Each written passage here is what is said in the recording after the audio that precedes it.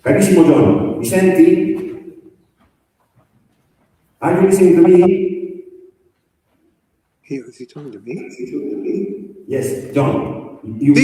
can begin when you want. Sono qua. Sono qua.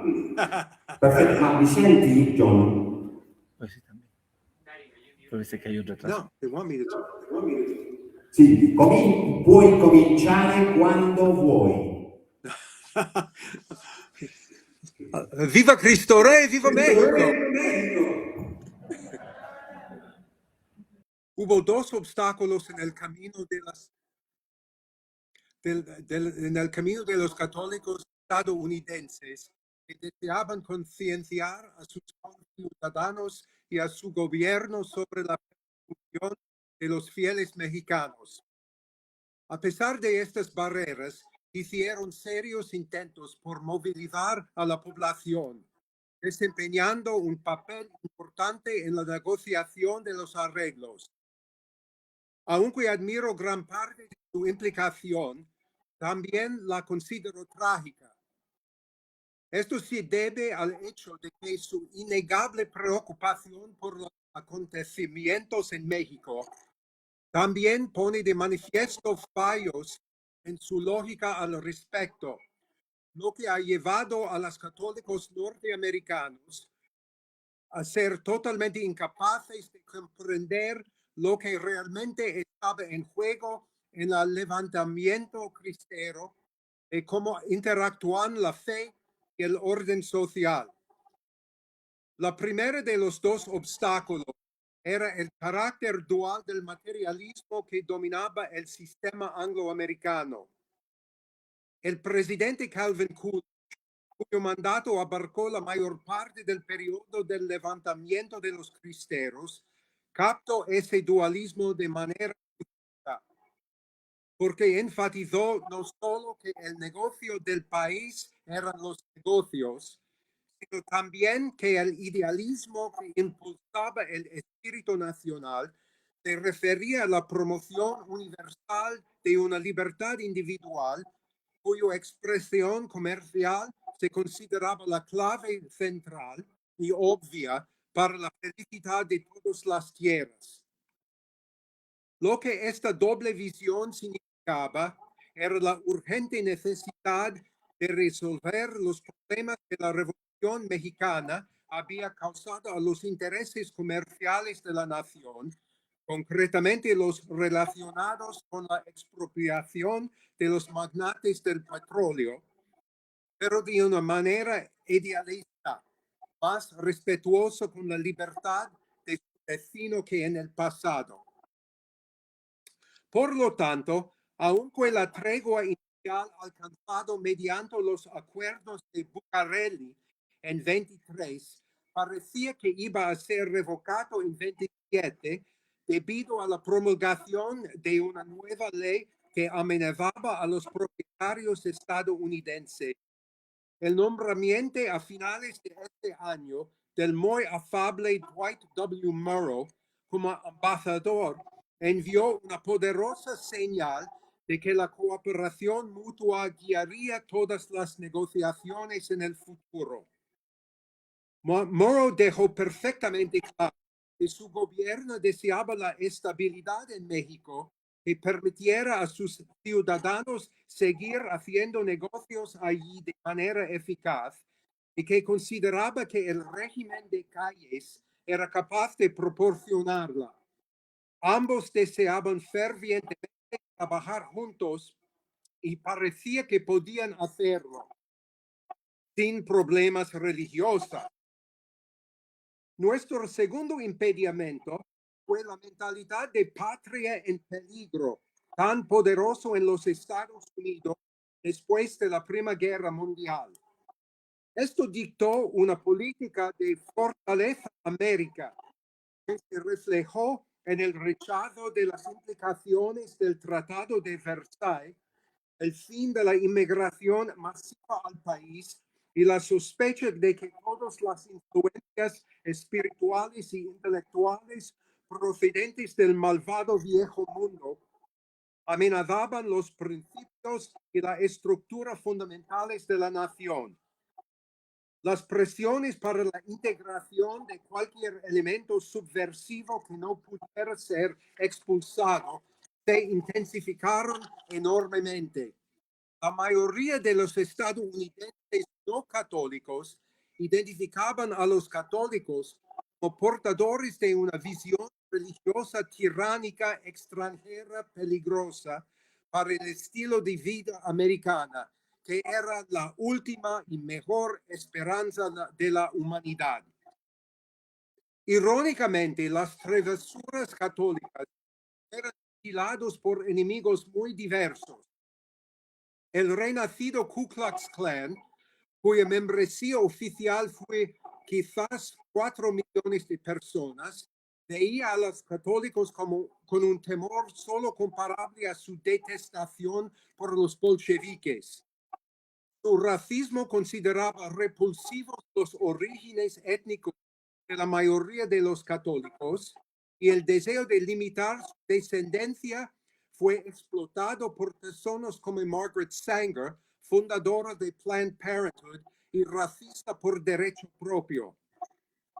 Mientras tanto, los partidarios del progresismo estadounidense en la prensa y la política, a menudo muy rojos, favorables al control de la natalidad y en aquellos días hitlerianos, también bastante racistas, se sentían igualmente horrorizados por cualquier expansión de la influencia papista en todos los aspectos.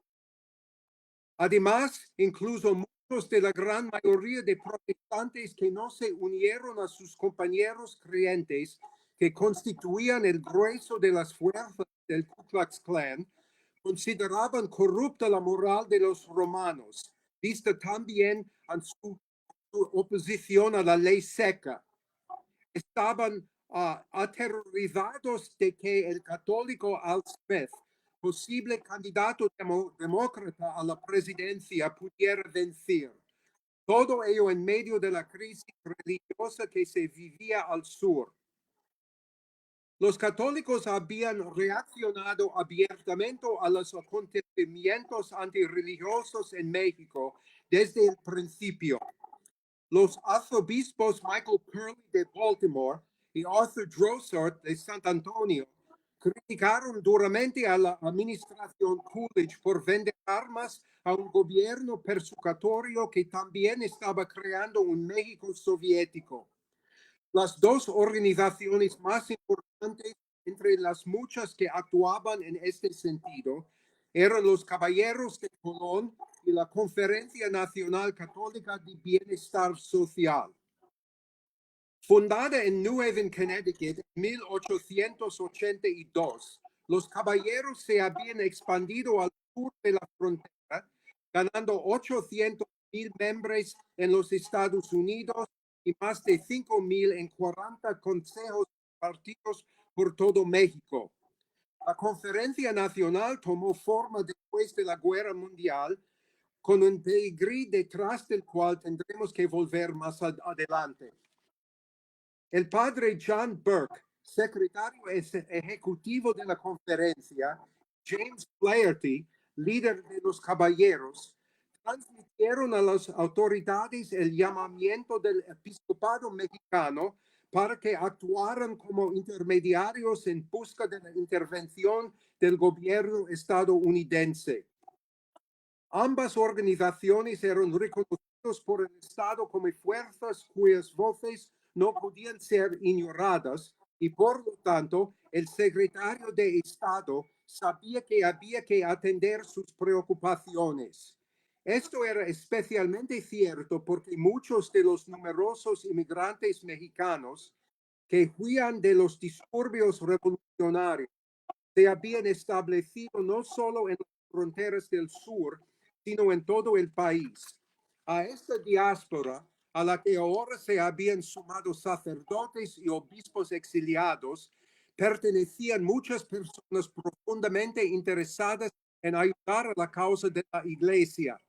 La administración Coolidge también era consciente de que se estaba planeando una rebelión armada, uno de cuyos líderes, René Capistrán Garza, llegó a Estados Unidos en enero de 27 cuando ya había estallado para recaudar fondos en su nombre. Los funcionarios de la administración Coolidge se reunieron con Burke y Flaherty, convenciéndolos de la necesidad de un enfoque oficial más suave que parecía estar funcionando en el ámbito económico. Esto tuvo su impacto en el episcopado, cuyos miembros, en su mayoría, tampoco estaban dispuestos a mostrarse como fanáticos.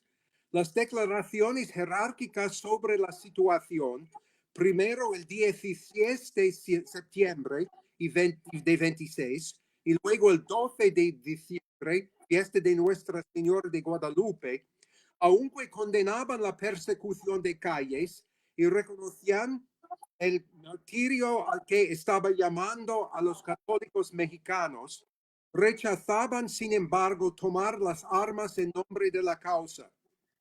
Es cierto, confesaban, que las urnas parecían no ofrecer ninguna esperanza de cambio, pero también se decía que las armas de los hombres no eran las de la iglesia. Ella tenía la oración para alcanzar sus objetivos. Garza tenía grandes esperanzas de obtener fondos de católicos ricos y piadosos, como William Buckley y Nicholas Brady, y se les había proporcionado una carta del arzobispo José Mora y del Río de Ciudad de México para facilitar su tarea. Sin embargo, la acogida que les dispensaron los obispos en 27 resultó ser increíblemente fría. El cardenal O'Connell de Boston, por ejemplo, examinó cuidadosamente sus credenciales y luego instó a René y a sus aliados a sufrir con paciencia las pruebas que Dios les enviaba, a salir de todo ese asunto y a buscar un trabajo. La presencia en Estados Unidos de obispos exiliados, como el arzobispo Mora del Río, el obispo Ruiz y Flores, y especialmente Pascual Díaz y Barreto, y el establecimiento de su sede en San Antonio, trajeron otro obstáculo para esta iniciativa de recaudación de fondos. Durante años se sucedieron acusaciones y contraacusaciones sobre lo que había ocurrido, pero está claro que en un momento crucial los posibles donantes estadounidenses adoptaron a Díaz como canal para la ayuda. Pero Díaz creía que el movimiento cristero no podría alcanzar su objetivo, difundiendo esta noticia también en Roma y contrarrestando la influencia allí de obispos más militantes. En abril de 27, la misión de Garza estaba condenada al fracaso y los propios cristeros rechazaron su labor. Sin embargo, la jerarquía estadounidense siguió denunciando la persecución. Los caballeros recaudaron más de $1,000,000 para ayudar a los numerosos migrantes de México, una parte significativa de los cuales se destinó a ayudar al clero y los religiosos desplazados, financiando la continuación de la educación de los seminaristas expulsados y agitando la opinión pública contra el gobierno de Calles. Los caballeros distribuyeron en Estados Unidos 5 millones de folletos sobre la guerra, patronizaron programas de radio y organizaron cientos de conferencias por todo el país. También pagaron para introducir de contrabando en México a un periodista para que cubriera la guerra para la audiencia estadounidense. En México Rojo, un reinado de terror en América, McCulloch siguió insistiendo en la necesidad de garantizar que la política de la Rusia soviética sea eliminada de la filosofía de la vida estadounidense. Evidentemente, la fortaleza América también incluía a México. Los obispos, los caballeros, la Conferencia Nacional y la prensa católica tenían sin duda razón en su valoración de que el Ku Klux Klan, los progresistas de todo tipo y la mayoría de los protestantes eran abiertamente favorables al gobierno de Calles o indiferentes a la persecución de la Iglesia. Para todos ellos, lo que estaba ocurriendo en México no era más que el abandono yugo del medievalismo y la liberación del pueblo mexicano de los abusos que se habían acumulado bajo el dominio de la Iglesia Católica Romana. Como lamentaba una de las muchas cartas de apoyo y ofertas de ayuda financiera y armada que recibió Calles, el pueblo estadounidense está viviendo aquí la misma experiencia con los católicos romanos que están tratando de utilizar su religión para derrocar nuestro gobierno y establecer la jerarquía papal. Han sido un terror desde que llegaron a nuestro libre país. Les felicitamos por su valiente postura y esperamos que continúen su lucha para liberar a su país de este poder abominable. Dwight Morrow siguió el consejo del cardenal Patrick Hayes de Nueva York y se reunió con el padre Burke antes de partir hacia México. Muchos católicos declarados consideraban Morrow simplemente otro embajador de los intereses protestantes, masónicos y empresariales, y Burke había considerado durante mucho tiempo imposible cualquier cambio de actitud por parte del gobierno mexicano.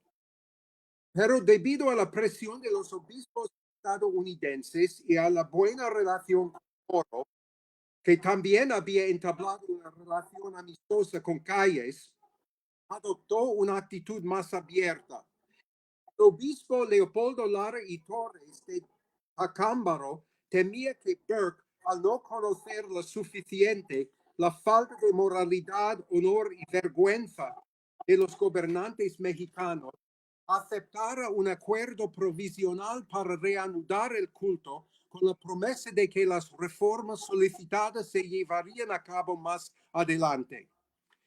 En marzo de 28, el afable Morrow había convencido al presidente Calles para que se reuniera en secreto con Burke el 4 de abril durante 6 horas. Morrow informó de que el presidente Calles y el padre Burke parecían tener una excelente impresión mutua y pudieran discutir la situación de manera amplia y liberal sin rencor. Al final de la cumbre, el presidente mexicano entregó una carta a Burke en la que señalaba que las leyes mexicanas no tenían intención de destruir la identidad de la Iglesia, interferir en sus actividades espirituales. Burke regresó a Estados Unidos y consultó con los obispos mexicanos que querían cambios más profundos. Morrow convenció entonces a Calles para que se reuniera de nuevo con Burke, pero esta vez en compañía del arzobispo Ruiz y Flores, cuya llegada fue precedida por un discurso amistoso instando a la reconciliación pronunciado por el ministro de Educación, José Manuel Puig Azoranc. Sobre la base de este discurso y de las conversaciones previas entre Burke, Morrow y Calles, parecía que se estaba cerca de alcanzar un acuerdo. Burke y Ruiz y Flores consultarían con Roma lo que pensaban que sería una aprobación inmediata. Esta aprobación no llegó. En junio de 28, Roma había depositado su confianza para las futuras negociaciones en el padre jesuita americano Edmund Walsh de la Universidad de Georgetown, un diplomático de formación. Es probable que Roma estuviera convencida de que la probable elección de Álvaro Obregón en 28 traería consigo las mejores condiciones que prometía su enfoque más conciliador. Pero el trágico asesinato de Obregón por José León de Toral en julio, 2 semanas después de su elección, tratado inicialmente por el gobierno como un complot de la Iglesia, pareció poner fin a las esperanzas de reconciliación. No obstante, Moro le dijo a Burke que estaba dispuesto a hacer un esfuerzo real para ayudar a traer la paz y que recurriría a todas las reservas de buena voluntad que había acumulado con la burocracia mexicana. El sacerdote dijo que creía que en Roma había un ambiente de sinceridad y buena voluntad con respecto a las negociaciones. Ahora estas serían llevadas a cabo por Walsh, asesorado por él que fuera embajador de Chile en Washington, Miguel Cruchaga Tocornal, y con la participación del ministro del Interior, Emilio Portes Gil, que se convirtió en presidente interino de México en diciembre de 28. El 2 de mayo de 29, el arzobispo Ruiz y Flores escribió una carta amistosa a Portes Gil. Moro regresó de una visita a Estados Unidos el 9 de junio, acompañado por Ruiz y Flores y Pascual Díaz Barreto. Walsh se reunió con todos ellos y parece haber aceptado la actitud de Moro de que la buena voluntad de ambas partes lograría lo que el rigor no podía. Aunque el Vaticano aún esperaba condiciones más favorables, los acuerdos de compromiso alcanzados primero con Checoslovaquia en 28 y con Italia en febrero de 29 parecían indicar que después de todo un compromiso de buena voluntad en México podría también funcionar. En cualquier caso, se reunieron con Portes Gil el 12 de junio. Parece que una modificación en la traducción de las exigencias del Vaticano, cambiando la petición de un acuerdo pacífico y justo por un acuerdo pacífico y laico, satisfó al gobierno mexicano en cuanto a que las leyes seculares estarían a salvo. El acuerdo que se alcanzó preveía el regreso de los obispos y el clero mexicanos a sus puestos, aceptando unas condiciones mínimamente aceptables de libertad religiosa y respeto a la propiedad eclesiástica, y permitiéndolos a través de este modus vivendi trabajar para lograr nuevas mejoras en la posición de la Iglesia y los católicos en general. En esencia, aquello que temía el obispo Leopoldo Lara y Torres. El 21 de junio de 29, Ruiz de Flores y Portes Gil firmaron los arreglos. Portes Gil declaró explícitamente que no era la intención del gobierno, la Constitución y las leyes destruir la identidad de la Iglesia Católica ni de ninguna otra, ni intervenir de ninguna manera en sus funciones espirituales. Fueran cuales fueran los juegos y los malentendidos que se escondían detrás de los arreglos, la liga que apoyaba a los cristeros lo aceptó, confiando en la decisión de una Santa Sede muy circunspecta y del episcopado mexicano. Sin embargo, solo un mes después, el 27 de julio, Portes Gil pronunció un discurso en una logia masónica que más tarde se publicó en la revista Cristo, en el que explicaba que el acuerdo del gobierno había sido táctico, que su postura personal era que el Estado tenía el deber de destruir al clero en una lucha que había comenzado 20 siglos atrás y era eterna. La libertad de conciencia significaba en realidad que quienes participaban en una asociación secular como la masonería tenían derecho a involucrarse en el gobierno y la posibilidad de salir de sus templos y participar en la acción política. Quienes participaban en una asociación religiosa o iglesia también tenían libertad de conciencia, pero sus creencias debían permanecer encerradas en sus templos y hogares. El obispo Leopoldo Lara escribió a Ruiz de Flores que el modus vivendi debería llamarse más bien modus moriendi, porque al aceptar sus principios permitieron que se consolidara una revolución impía y feroz. Cuando Ruiz de Flores instó al siguiente presidente, Ortiz Rubio, a que al menos honrara las promesas hechas por Portes Gil, este respondía que Portes Gil negaba haber prometido nada. En los duros años que siguieron, todo el conjunto de fuerzas católicos que operaban en Estados Unidos volvió a entrar en liza. En cierto sentido, esto demostró tener ahora aún más apoyo, ya que las confesiones protestantes también estaban siendo atacados en México. El materialismo estadounidense garantizó que sus partidarios estaban tan molestos como los católicos por el hecho que México se estuviera volviendo cada vez más soviético y antipropiedad privada.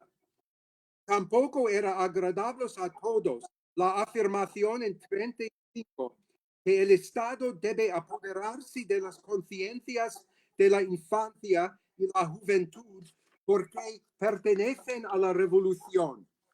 Josephus Daniels, embajador de Roosevelt en México, causó un gran revuelo al elogiar ese lenguaje, argumentando que confirmaba el enfoque de Thomas Jefferson.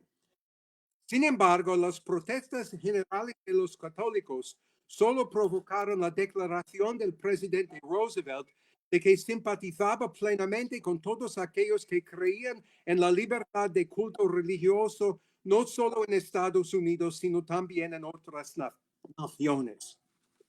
No me cabe duda de que los miembros más activos del episcopado estadounidense, los caballeros de Colón, la Conferencia Nacional y los líderes políticos católicos de Estados Unidos estaban verdaderamente consternados por la persecución de la Iglesia en México.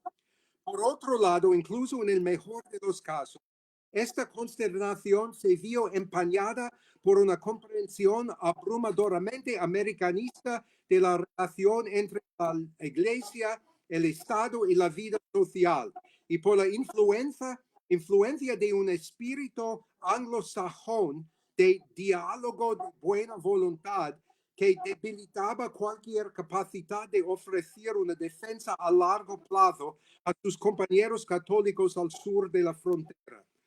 Este americanismo les cegó ante la lenta pero implacable y en última instancia infinitamente más eficaz secularización del gobierno, la sociedad y la propia iglesia, provocado por el liberalismo angloamericano antidogmático y antirracional. Y eso los hizo totalmente ignorantes o tal vez incluso deliberadamente desdeñosos de toda la batalla de la Iglesia contra el liberalismo naturalista, desde la época del Papa Gregorio VI en adelante. Permítanme desarrollar brevemente este tema señalando que el padre Burke era un miembro destacado de la Orden Paulista, cuyo fundador, el padre Isaac Hecker, fue uno de los teóricos más importantes del americanismo. Una inscripción en la tumba de Hecker en la ciudad de Nueva York consagra su convicción que en la unión de la fe católica y la civilización americana hay un futuro para la iglesia más brillante que cualquier pasado. Burke fue el secretario de aquella conferencia nacional cuya creación él mismo había impulsado en día 17 como Conferencia Nacional Católica de Guerra, para contribuir a la victoria de la nación que haría del mundo un lugar seguro para la democracia americana. Para el padre Burke, la Iglesia Católica de México en la década de los cristeros estaba luchando por los principios fundamentales sobre los que se fundó nuestro país. Los principios fundamentales en cuestión eran la libertad de conciencia y la libertad religiosa, junto con la libertad de expresión y las estructuras constitucionales liberales, que estoy seguro el padre Burke consideraba las únicas capaces de proteger lo verdadero, lo bueno y lo bello. Francis McCullough pensó lo mismo. El episcopado estadounidense los confirmó en esta postura ya en su carta pastoral del 12 de diciembre de 20, en la que también se jactaba de la unidad absoluta entre los principios católicos de Santo Tomás de Aquino y San Roberto Bellarmino y los de los padres fundadores y su separación entre iglesia y Estado. De allí que los caballeros de Colón gastaron dinero en panfletos y conferencias sobre la libertad. El obispo Díaz Barreto asimiló la lección y argumentó que la filosofía que anima la legislación antirreligiosa en México se opone tanto a los ideales políticos estadounidenses como a los principios católicos. Por si acaso no se entendía el mensaje, la jerarquía estadounidense lo reafirmó en 34, argumentando que al protestar por los acontecimientos en México, no estamos defendiendo la causa de la Iglesia Católica, sino la libertad humana para todas las naciones del mundo. Los escritos protestantes liberales y racistas insistían en la negativa de los católicos estadounidenses críticos del gobierno de Calles a admitir que la clara enseñanza política del Papa Pío IX y del Papa León XIII, tal y como se expone en sus encíclicas, es que la intolerancia dogmática de la Iglesia Católica Romana es su deber sagrado. En caso de conflicto entre las leyes del Estado y las de la Iglesia Católica Romana, prevalecerán las leyes de este última. Al Smith respondió a estas críticas durante su campaña presidencial, basándose abiertamente en los argumentos de los obispos católicos americanistas más ruidosos como John Ireland. Dijo que la idea que pudiera haber algún conflicto entre los ideales católicos y los estadounidenses era totalmente impensable. A pesar de los obstáculos, los católicos estadounidenses creían que podían vivir en términos de respeto mutuo e incluso de efecto la mayor parte del tiempo con personas que defendían principios destructivos para la fe católica. Las consecuencias lógicas aún no se habían manifestado por completo. Me parece que cuando los padres Burke y Walsh, influenciados también por Dwight Morrow, se reunieron con líderes políticos como Calles y Portes Gil, que sabían jugar eficazmente la carta de un diálogo de buena voluntad, la idea de un modus vivendi que permitiera triunfar a la moderación parecía eminentemente sensata. Sin embargo, los cristeros por un lado y Portes Gil por otro fueron más lógicos desde el principio. Un modus vivendi que implicaba la separación liberal entre la Iglesia y el Estado, la libertad religiosa y la libertad de conciencia, era un modus moriendo por los fieles crédulos. Solo ofrecían un medio para que las fuerzas más poderosas, con una sólida teoría política y social naturalista, los sedujeran para que abandonaran el trabajo para el reinado social de Cristo y permitieron que el verdadero enemigo de la humanidad triunfara. Sin duda, hubiera gustado a la Santa Sede ver sustituido el régimen revolucionario por otro favorable a la Iglesia. Era comprensible que se mostrara reacia a perjudicar las posibilidades de que esto ocurriera. Pero en última instancia, Roma también se retiró a un terreno de libertad estrictamente espiritual como única posición viable. Estaba dispuesta, al igual que los americanistas y el liberalismo angloamericano, a sacrificar todo lo demás.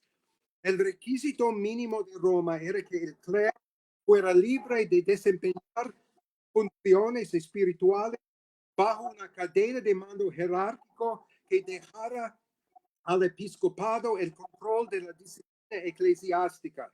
Todo lo demás era negociable. Por desgracia, no fue así. La separación de la iglesia y del reinado social de Cristo es un modus moriendum.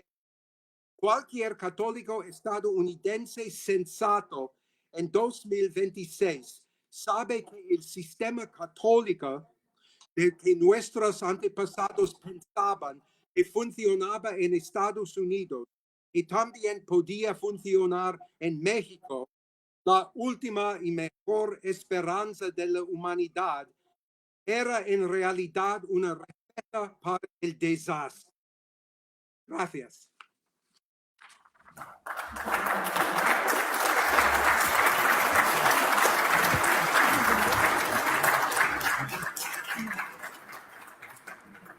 Carissimo John, grazie tantissimo del tuo contributo, ti siamo molto riconoscenti di aver portato questo testo. Ci lamentiamo che non sei stato da noi qui alla Città del Messico, ma ci auguriamo che nella prossima volta sarà diverso. Grazie di tutto. Viva Cristo Rey, viva México! ¡Viva México!